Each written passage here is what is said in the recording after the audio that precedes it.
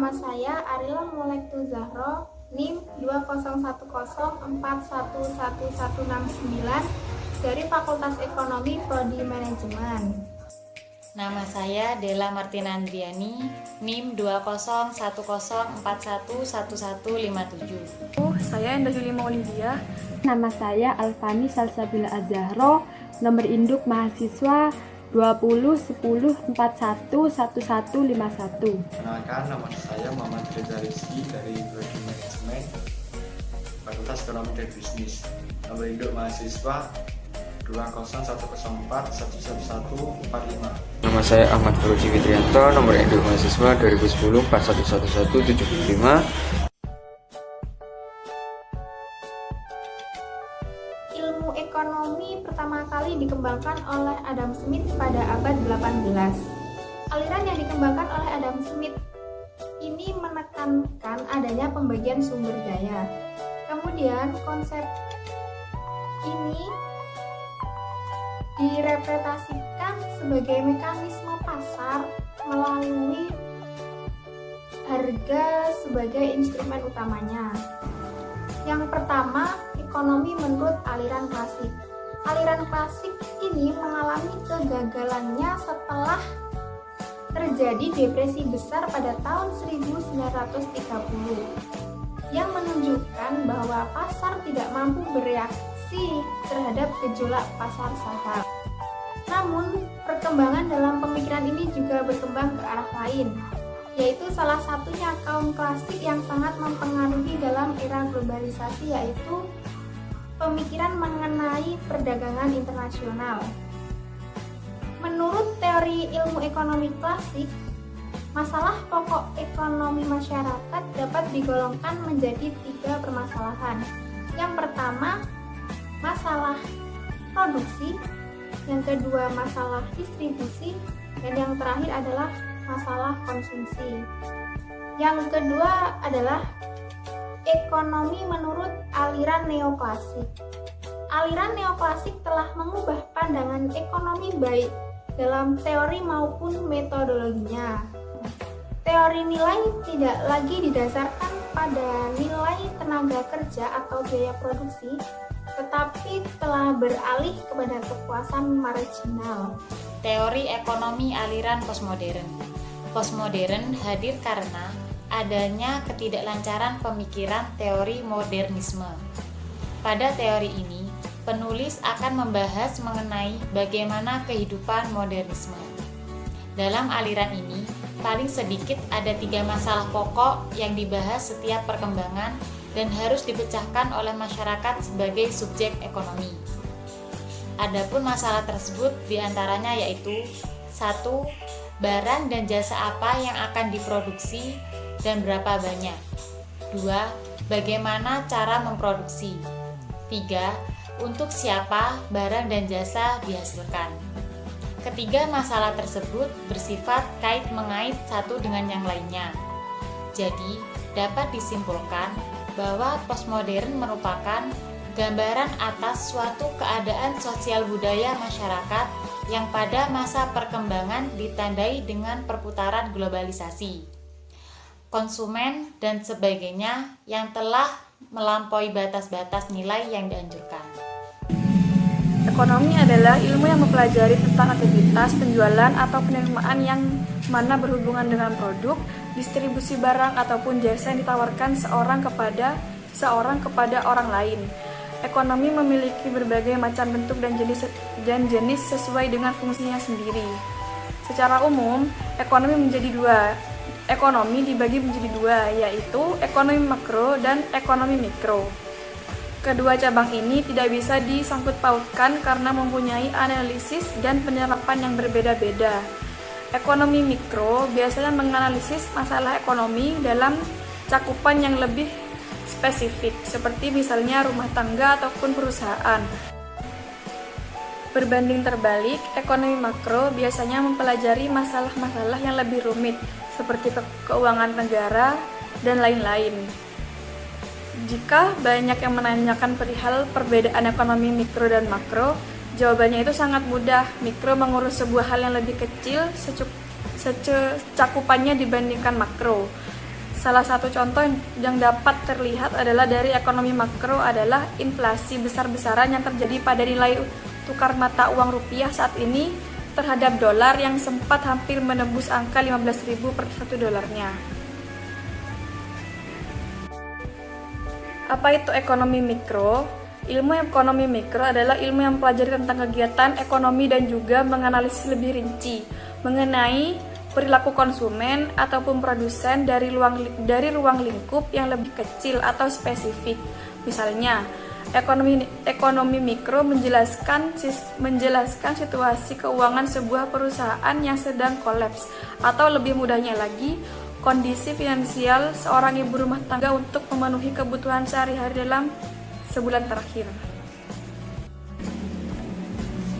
Ruang lingkup ekonomi mikro memang kecil, namun tidak selalu berkaitan dengan finansial atau keuangan sebuah perusahaan atau rumah tangga.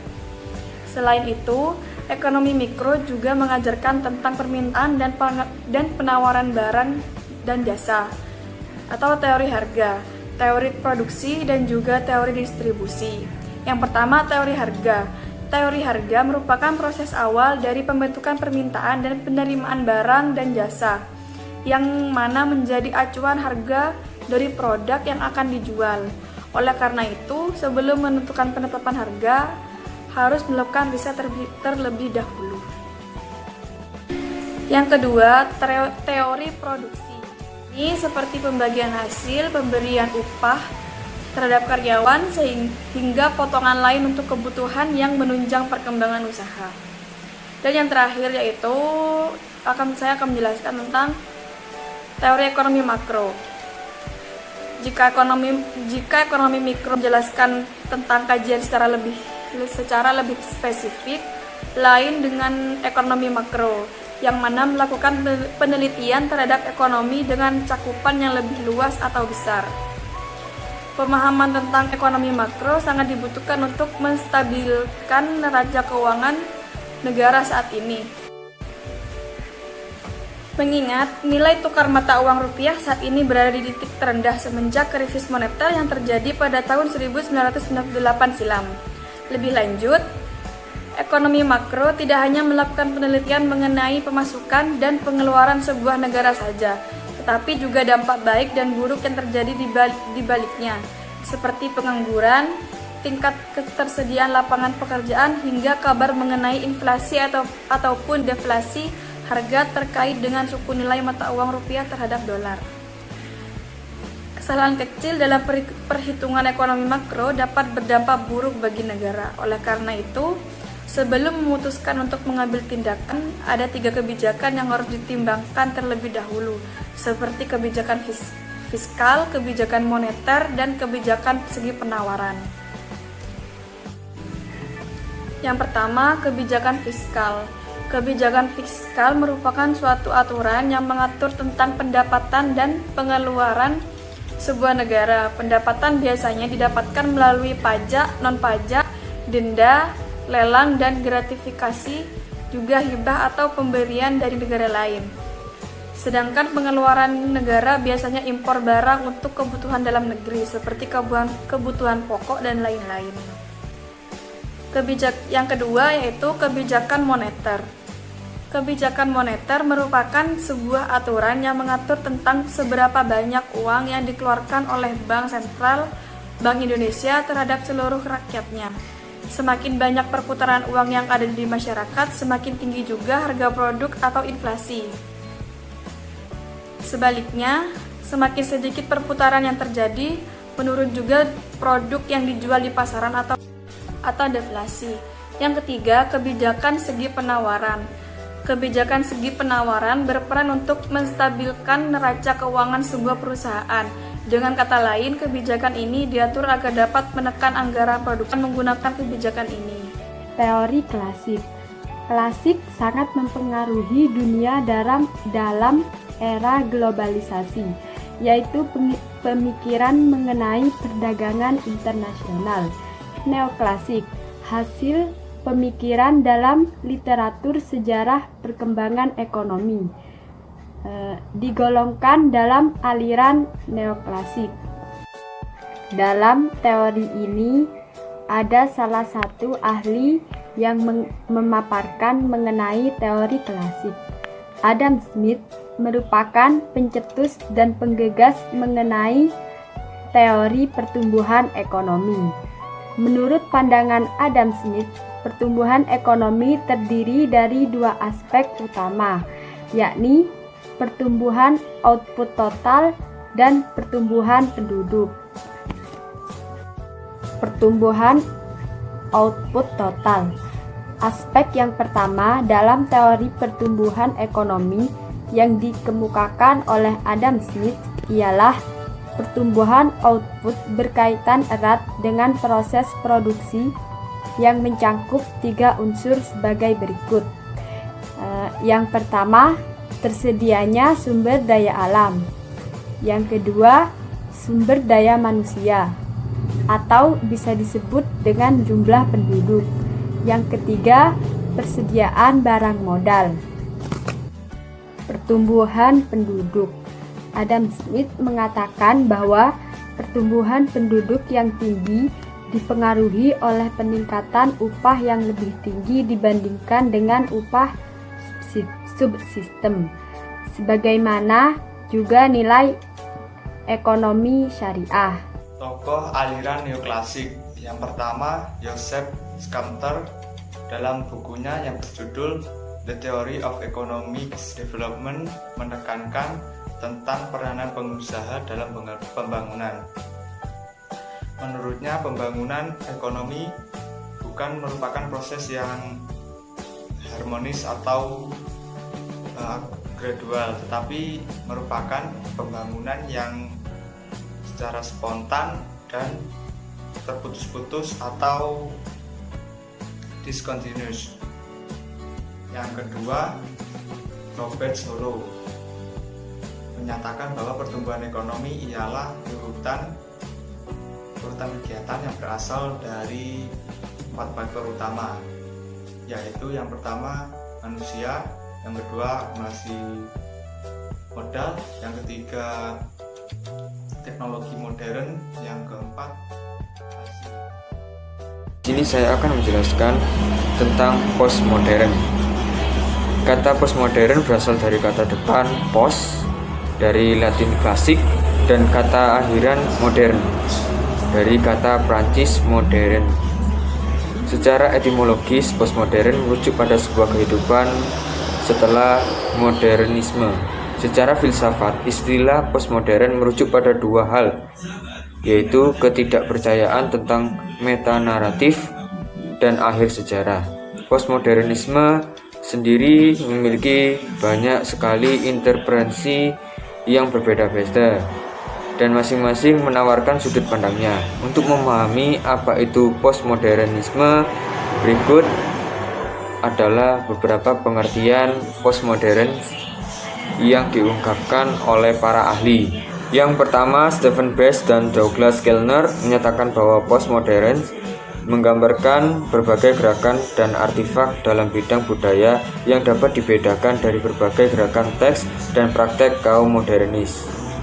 Yang kedua, Timotheus Vermeulen menyatakan bahwa istilah postmodern telah digunakan selama bertahun-tahun untuk merujuk pada berbagai macam hal, yaitu periodisasi sejarah, pandangan hidup, teori filsafat, kondisi sosiologis, berakhirnya sejarah, program emansipasi yang terkait berbagai teori feminisme menurut para ahli, dan komunikasi gender, kritik budaya, relativisme moral, dan lain sebagainya. Yang ketiga, Lukaitis dan Condit 1999.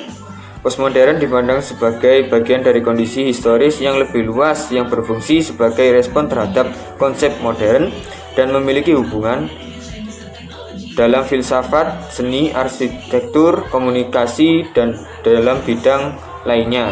Postmodern melibatkan navigasi sebuah dunia di mana struktur budaya dipecah karena kurangnya legitimasi.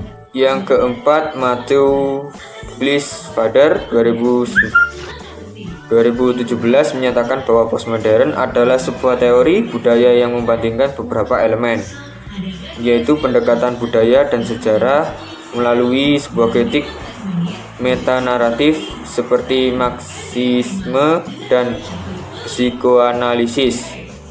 Yang kelima, Melford Spiro 1996 mendefinisikan postmodern sebagai kritik kaum postmodern epistemologis dan ideologis yang didasarkan pada subjektivitas. Sejarah singkat istilah postmodernisme. Istilah postmodern pertama kali digunakan pada kisaran tahun 1970-an oleh John Watkins Chapman, seorang pelukis kebangsaan Inggris, guna merujuk pada lukisan postmodern, gaya melukis yang jauh lebih megah daripada lukisan impresionis Prancis. Kemudian pada tahun 1917, istilah postmodern muncul dalam sebuah buku berjudul Die Krisis der Europäischen Kultur karya Rudolf van Witt untuk menggambarkan nihilisme dan jatuhnya nilai-nilai Eropa kontemporer. Selanjutnya pada tahun 1934, Federico de Onís menggunakan kata postmodern sebagai reaksi melawan puisi kaum modernis. Tahun 1939, sejarah Inggris yang bernama Arnold Toynbee mengadopsi istilah postmodernisme dengan arti yang sama sekali berbeda, yaitu akhir dari tatanan bourgeois barat dan modern dalam periode 2 atau 3 abad terakhir.